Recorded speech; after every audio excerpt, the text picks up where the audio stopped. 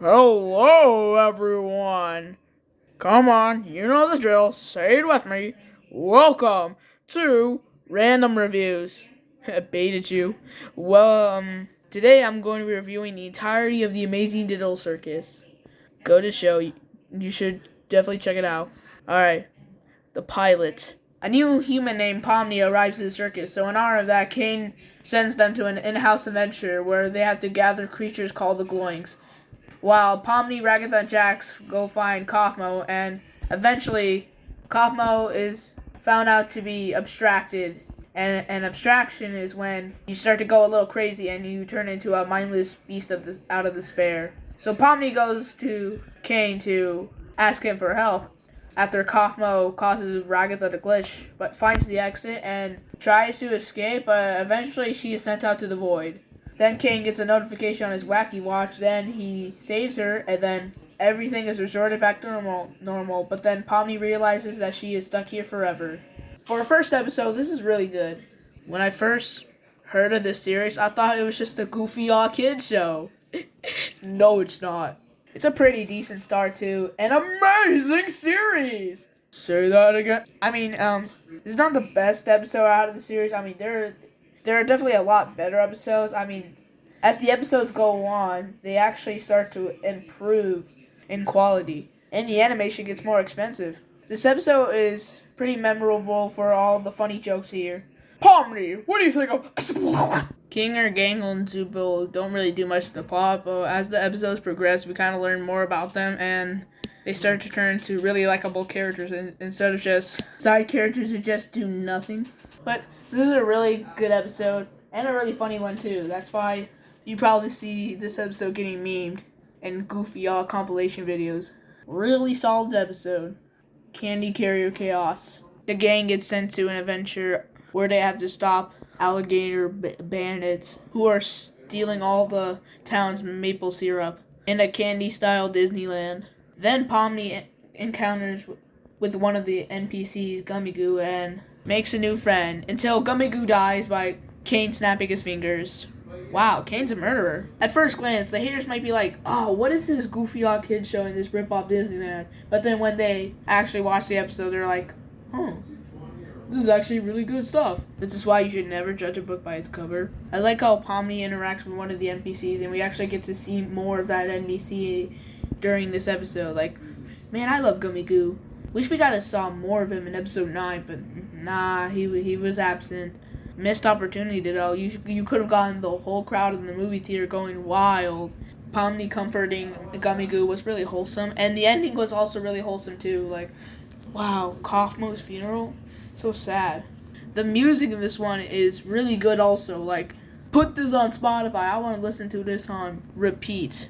Like, when they go hard on the music, they go hard. This was definitely on the wholesome side of things. Sure, the characters all get sidelined in because of Pomni and Gummy Goo, but they're still pretty good characters.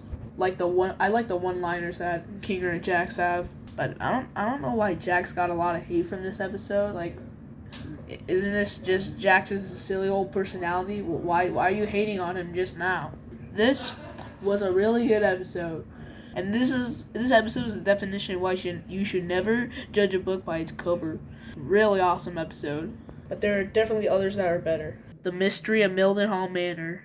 Okay, this is where things get interesting.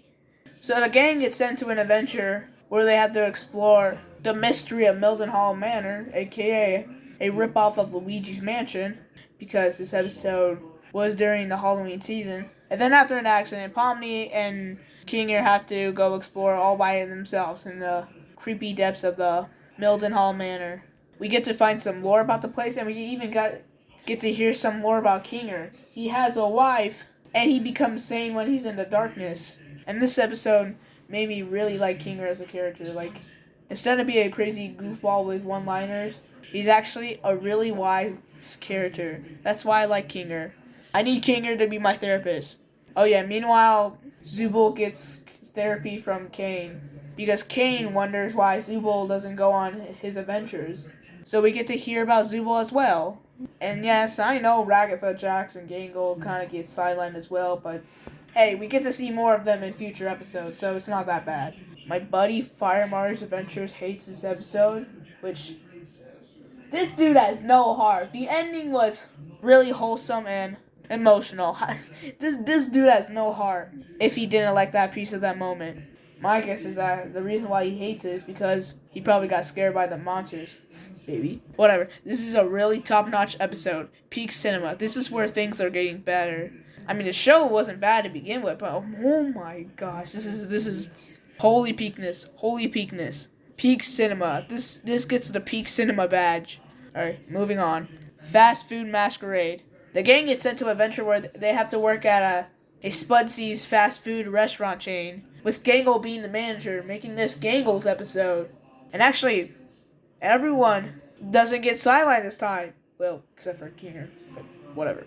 This has a lot of memorable moments. Like, we finally get to see the real Ragatha after Ragatha gets drunk, I guess. I don't know. How do you get drunk off of stupid sauce? I thought you're just plain stupid, like, do-be-do. You're like, that's not what... And we get to see Gummy Goo again! Yay!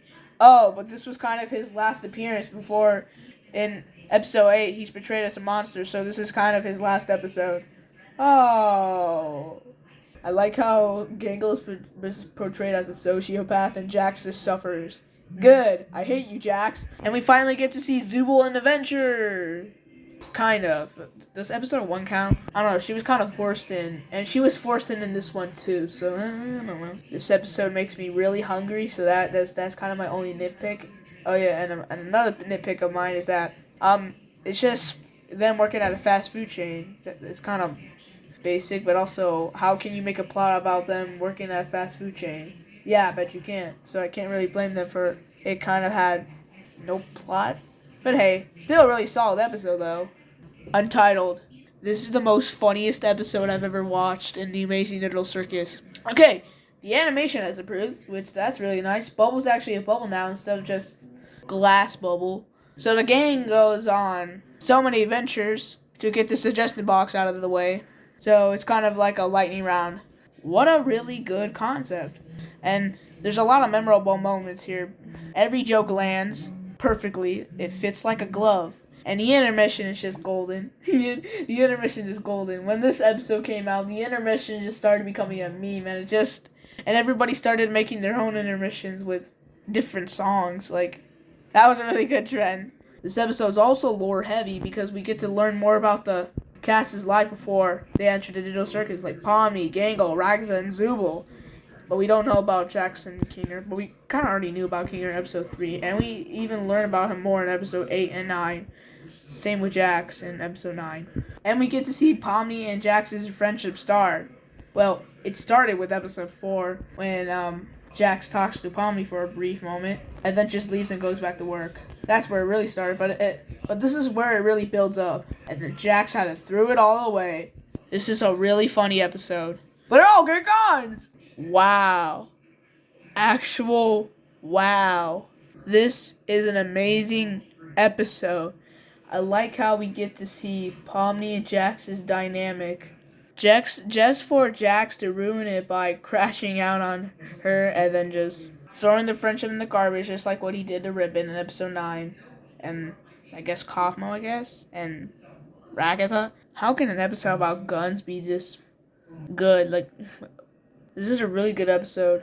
And we get to see more of Wise Kinger in this episode. Like when Ragatha and King are in the loser corner, Wise Kinger tries to comfort Ragatha. And man, we need more Wise Kinger. They sing Daisy Bell. That was the best part of the entire episode. Jackson Pomni singing Daisy Bell and then just getting completely slaughtered by Zooble. Well, that and Jackson's crash out, which, man, Michael Kofak did not need to go this hard at the recording studio. He's like screaming into the mic. This was a really good episode, but this appearing guy got robbed at the favorite character awards. Like, yeah, Ming is a good character, but who is this dude? We've never seen him before. Where's this appearing guy? Oh yeah, I forgot to mention, this appearing guy in episode 5 was really funny, and he's also funny in this one too. But this is the last episode we ever see him in. Well, I guess the actor who plays him sings. Actually, no, never mind. I'll get to that when I review episode 9. How about that? Really good episode. Beach episode. Wow. Actual wow. So you're telling me this is a lore heavy episode. We get all the lore we can, and then at the end of this episode, the ending is pretty much just the middle finger to all those theorists out there. They're like, ha, all your theories are wrong. So all of this was just King's adventure. Wow. Wow. That was a mind-blowing turn of events, ladies and gentlemen. Also, how do we go from a beach episode to finding the way to leave? Like, that's kind of random, you know? Also, the animation's amazing. Like, I love the animation. Like, it's so beautiful. I love looking at Kane and Bubble. They look so gorgeous. Abel is a fine character, I guess. But the fact that he's just nothing but an NPC is wild. So you're telling me we all did all of this for nothing? Wow. Wow. I mean, this is still a good episode, but the thing that gets to me is that, what you mean we did all this for nothing? Like, what the heck, Kane? I don't know, some gibberish. Wow, now this is a lore-heavy episode. We get to see more of how the Amazing Little Circus was created thanks to Wisdom Kinger, and Kane's crash out was peak cinema. Kane singing, who's running the show? Peak cinema. Kane turning into a literal god? Peak cinema. This episode's nothing but peak cinema. This is golden. This is a golden moment. Pomni going through the exit door again just to get a computer? Wow. And then I just realized that Pomni also got a glow up. When she looks at the mirror in episode 1, she looks pretty bright, but in episode 8, she looks so much different. Like, the lighting changes it all, and the animation has definitely improved. This is a really good episode. This is a really good episode. And then the big reveal, Kane gets deleted, and now they get swear now. Wow, that was so surprising. Remember, this is a really good episode.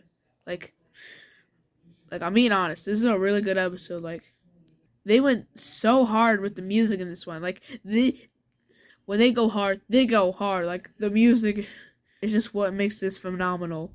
Like, Isn't She Lovely, sung by the same actor who voiced Disappearing Guy?